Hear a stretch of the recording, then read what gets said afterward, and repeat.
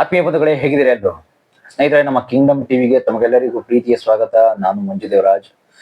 ನೋಡಿ, ಇವತ್ತಂತಲ್ಲ, ನಿನ್ನೆಯಿಂದ ಆ ಮೂರನೇ ವರ್ಲ್ಡ್ ವಾರ್ ಅಂತ ಹೇಳ್ಬೋದು. ಆ ತರ ನಡೀತಾ ಇದೆ.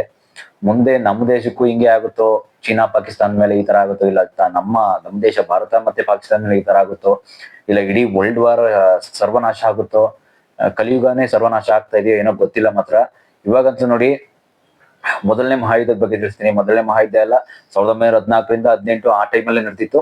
ಇನ್ನ ಎರಡನೇ ಮಹಾಯುದ್ಧ ಅಂತ ಬಂದು 1939ರಿಂದ 45ನೇ ಇಸ್ವಿಯಲ್ಲಿ ಎರಡನೇ ಮಹಾಯುದ್ಧ. ಮೊದಲನೇ ಮಹಾಯುದ್ಧ ನಡೆದಾಗ ನಾವಂತೂ ಇನ್ನೂ ಹುಟ್ಟೇ ಇರಲಿಲ್ಲ ಬಿಡಿ. ನಾನು, ನೀವು ಆಗ್ಲಿ, ನಮ್ಮ ವೀಕ್ಷಕರು ನೀವೇ ಆಗ್ಲಿ, ಯಾರು ಕೂಡ ಹುಟ್ಟೇ ಇರ್ಲಿಲ್ಲ ಇನ್ನು ಕೂಡ.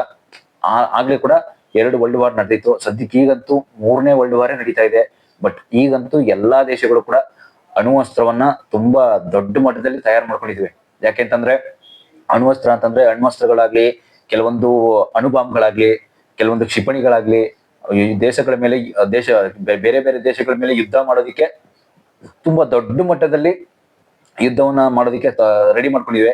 ಎಲ್ಲ ಕೆಲವೊಂದಷ್ಟು ಅಷ್ಟು ಇಷ್ಟು ಅಂತಲ್ಲ, ಬಾಂಬ್ಗಳಂತೂ ಇನ್ನು ಅತಿ ಹೆಚ್ಚು ದೊಡ್ಡ ಮಟ್ಟದಲ್ಲಿ ತಯಾರು ಮಾಡ್ಕೊಂಡಿದ್ವಿ. ಯಾಕೆಂತಂದ್ರೆ ನೀವು ನೋಡ್ತಾ ಇದ್ದೀರಾ ಎಲ್ಲಾ ಕಡೆ, ಅದರಲ್ಲೂ ಕೂಡ ದುಬೈಯಲ್ಲಿ ಎಲ್ಲಾ ಕಡೆ ಅಂತಂದ್ರೆ ಅಮೆರಿಕ, ಇಸ್ರೇಲ್, ಇರಾನ್ ಮೇಲೆ ದಾಳಿ ಮಾಡ್ತಾ ಇದೆ. ಬಟ್ ಕಾರಣ ಅಂತೂ ನಿಮ್ಗೆ ಕೂಡ ಗೊತ್ತೇ ಇದೆ, ಏನ್ ಕಾರಣ ಇರ್ಬೋದು ಅಂತ. ಬಟ್ ಅವ್ರಿಗೆ ಸಪ್ಲೈ ಮಾಡ್ತಿರ್ತಕ್ಕಂಥ ಐಟಮ್ಗಳೆಲ್ಲ ಏನಿದೆ, ಅದನ್ನ ನೀವು ಕಲಬೆರಕೆಯನ್ನ ಮಾಡ್ತಾ ಇದ್ದೀರಾ. ಆದ್ರಿಂದ ಇದು ಮಾಡ್ತಾ ಇರೋದು ತಪ್ಪು ಅಂತ ಕೂಡ ಅಮೆರಿಕ ವಾರ್ನಿಂಗ್ ಕೊಟ್ಟಿದ್ರು ಕೂಡ ಅದಕ್ಕೆ ತಕ್ಕಂಗೆ ನಡ್ಕೋತಾ ಇಲ್ಲ ಇರಾನ್ ದೇಶದ ಪ್ರಧಾನಮಂತ್ರಿ ಅಂತ ನಾವೇನ್ ಕರಿತೀವಿ, ಇರಾನ್ ದೇಶದ ರಾಜ. ಅಲ್ಲಿಂದ ನಮ್ಮ ದೇಶದ ಪ್ರಧಾನಮಂತ್ರಿ, ಮುಖ್ಯಮಂತ್ರಿ ಆತರ ಇರಲ್ಲ.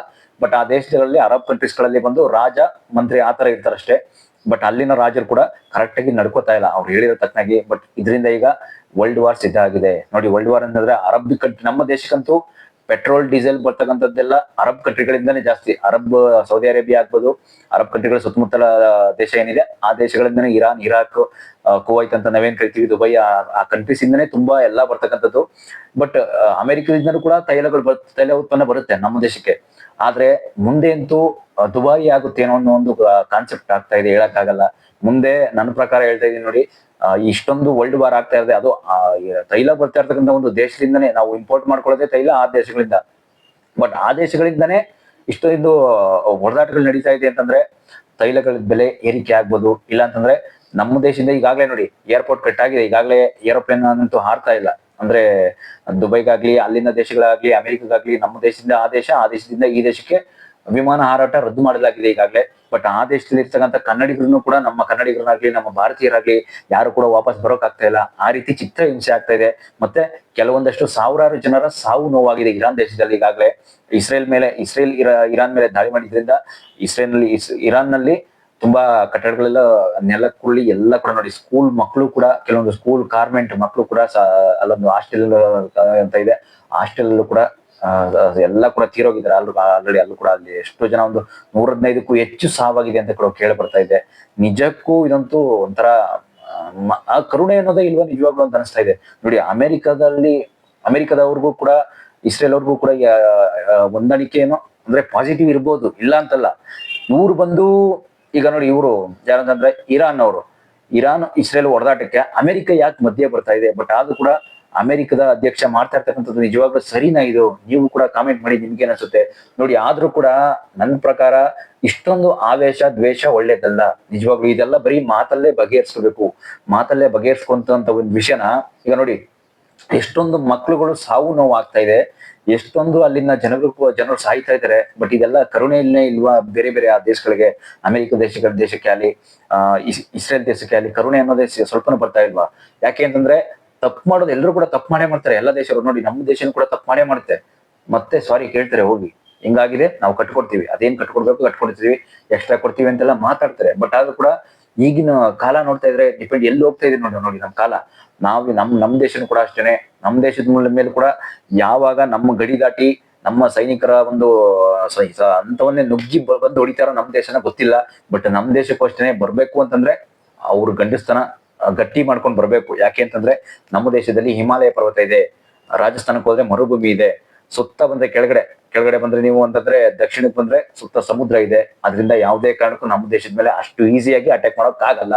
ಅದೆಲ್ಲ ನಿಮ್ಗೂ ಕೂಡ ಗೊತ್ತಿರ್ತಕ್ಕಂಥ ವಿಷಯನೇ. ನಿಜವಾಗ್ಲೂ ಈಗ್ಲೂ ಕೂಡ ಅಷ್ಟೇನೆ, ಪಕ್ಕ ಇರೋ ಪಾಕಿಸ್ತಾನ ಆಗ್ಲಿ, ಚೀನಾ ಆಗ್ಲಿ ನಮ್ಮ ದೇಶಕ್ಕೆ ಅಟ್ಯಾಕ್ ಮಾಡೋಕೆ ಎದುರುತ್ತೆ. ಯಾಕೆ ಅಂದ್ರೆ ಈ ವಿಷಯಕ್ಕೆ ಸುತ್ತ ಮೇಲ್ಗಡೆ ಉತ್ತರ ಪ್ರದೇಶಕ್ಕೆ ಹೋದ್ರೆ, ಉತ್ತರ ಪ್ರದೇಶ ನೇಪಾಳ ಸೈಡ್ ಎಲ್ಲ ಹೋಗ್ಬಿಟ್ರೆ ಹಿಮಾಲಯ ಪರ್ವತ ಆವರಿಸ್ಕೊಂಡಿರೋದ್ರಿಂದ ಯಾರು ಕೂಡ ಅಟ್ಯಾಕ್ ಮಾಡೋಕ್ಕಾಗಲ್ಲ, ಅಲ್ಲಿಂದ ಆಚೆ ಬರೋಕ್ಕೂ ಆಗಲ್ಲ. ಆ ರೀತಿ ಇದೆ ಇದು ಹಿಮಾಲಯ ಪರ್ವತಗಳು, ಬೆಟ್ಟ ಗುಡ್ಡಗಳು ಆವರಿಸಿರೋದ್ರಿಂದ, ಸುತ್ತಮುತ್ತಲು ಕಾಡುಗಳು ಇರೋದ್ರಿಂದ, ಅರಣ್ಯ ಪ್ರದೇಶ ಇದೆಯಲ್ಲ ಅಸ್ಸಾಂ ಕಡೆ, ಆದ್ರಿಂದ ನಮ್ಮ ದೇಶವನ್ನ ಅಷ್ಟು ಈಸಿಯಾಗಿ ಅಟ್ಯಾಕ್ ಮಾಡೋಕ್ ಆಗಲ್ಲ. ಅದರಿಂದ ಎಲ್ಲಾ ದೇಶಗಳು ಕೂಡ ನಮ್ಮ ಭಾರತ ದೇಶವನ್ನ ಕಂಡ್ರೆ ಎದುರುತ್ತಾರೆ. ಅದರಿಂದ ನೋಡಿ, ಇದಕ್ಕಂತೂ ದಯವಿಟ್ಟು ನಿಮ್ಗೆ ಅನ್ಸುತ್ತೆ ನೀವು ಕೂಡ ಕಾಮೆಂಟ್ ಮಾಡಿ. ಯಾಕೆಂದ್ರೆ ಇರಾನ್ ದೇಶ ಇಷ್ಟೊಂದು ಯಾಕೆ ಈ ರೀತಿ ಆಟ ಸಾಧಿಸ್ತಾ ಇದೆ, ಅವರು ಅಮೆರಿಕ ಕೂಡ ಯಾಕೆ ಇಷ್ಟೊಂದು ಆಟ ಸಾಧಿಸ್ತಾ ಇದ್ದಾರೆ ನೋಡಿ. ಒಂದು ಸಣ್ಣ ಪುಟ್ಟ ಕಂಟ್ರಿಗಳಷ್ಟೇ, ನಮ್ಮ ಒಂದು ಸಣ್ಣ ಪುಟ್ಟ ಜಿಲ್ಲೆಗಳಿರುತ್ತೆ ನೋಡಿ, ಒಂದ್ ಯಾವ್ದೋ ಒಂದು ಮಂಡ್ಯ ಜಿಲ್ಲೆನೋ ತುಮಕೂರು ಜಿಲ್ಲೆನೋ ಈ ರೀತಿ ಇರ್ತಕ್ಕಂಥ ದೇಶಗಳು ಅಷ್ಟೇ. ಇಸ್ರೇಲ್, ಇರಾನ್ ಇವೆಲ್ಲ ಇಷ್ಟು ಜಿಲ್ಲೆಗಳು ಇರ್ತಕ್ಕಂಥ ಒಂದು ದೇಶಗಳು ಇಷ್ಟೊಂದು ಆ ಆಗಿದ್ದಾದ್ರೂ ಹೇಗೆ ನೋಡಿ, ಪ್ರಭಾವಶಾಲಿ ಏನೋ ಆಗ್ಬಿಟ್ಟಿದ್ದಾರೆ. ಬಟ್ ಈಗ ವರ್ಲ್ಡ್ ವಾರ್ನೇ ಸಿದ್ಧವಾಗಿ ಮಾಡ್ಕೊಂಡು ಅಮೆರಿಕದ ಮೇಲೆ ಈ ರೀತಿ ಆ ಹಠವನ್ನ ಸಾಧಿಸ್ತಾ ಇದ್ದಾರೆ ಅಂತಂದ್ರೆ ಯಾವ ಮಟ್ಟಕ್ಕೆ ಹೋಗ್ತಾ ಇದೀವಿ ನಾವು ಅಂತಂದ್ರೆ ಅರ್ಥ ಮಾಡ್ಕೊಳ್ಳಿ. ನಾವು ಅನ್ನೋದಕ್ಕಿಂತ ನಮ್ಮ ಜನಗಳು, ನಮ್ಮ ಧರ್ಮ ಅಂತ ಅನ್ನೋದಕ್ಕಿಂತ, ನಮ್ಮ ದೇಶ ಅನ್ನೋದಕ್ಕಿಂತ ಬೇರೆ ದೇಶದ ಜನಗಳು ಎಲ್ಲಿ ಹೋಗ್ತಾ ಇದ್ದಾರೆ ನೋಡಿ. ಆ ಜನಗಳು ಪರದಾಡ್ತಾ ಇದಾರೆ, ಓಡ್ತಾ ಇದಾರೆ ಬಾಂಬ್ ದಾಳಿ ಹಾಕಿದ ತಕ್ಷಣ ನೋಡಿ, ಕ್ಷಿಪಣಿಗಳ ಮೂಲಕ ಬಾಂಬ್ ಹಾಕಿದ ತಕ್ಷಣ, ಅಲ್ಲಿ ಬಾಂಬ್ ದಾಳಿ ಬಿಟ್ಟಿದ ತಕ್ಷಣ ಬಿದ್ದಂಬಿಳಿ ಓಡ್ತಾ ಇದಾರೆ, ಎಲ್ಲಾ ಕಡೆ ಓಡ್ತಾ ಇದಾರೆ. ಎಲ್ಲಿ ಹೋಗ್ಬೇಕು ಅನ್ನೋದು ಗೊತ್ತಾಗ್ತಾ ಇಲ್ಲ, ಎಲ್ಲಿ ಹೋಗಿ ನಾವು ಓದ್ಕೊಳ್ಳೋಣ, ಎಲ್ಲಿ ಏನ್ ಮಾಡೋಣ ಅನ್ನೋದು ಕೂಡ ಗೊತ್ತಾಗ್ತಾ ಇಲ್ಲ ಅವ್ರಿಗೆ ನೋಡಿ. ಹೀಗಾದಾಗ ಏನ್ ಮಾಡ್ಬೇಕು ಅಂತ ಕೂಡ ಗೊತ್ತಾಗ್ತಾ ಇಲ್ಲ. ನಿಮ್ಗೇನ್ ಅನ್ಸುತ್ತೆ ನೀವು ಕೂಡ ಕಾಮೆಂಟ್ ಮಾಡಿ. Thank you.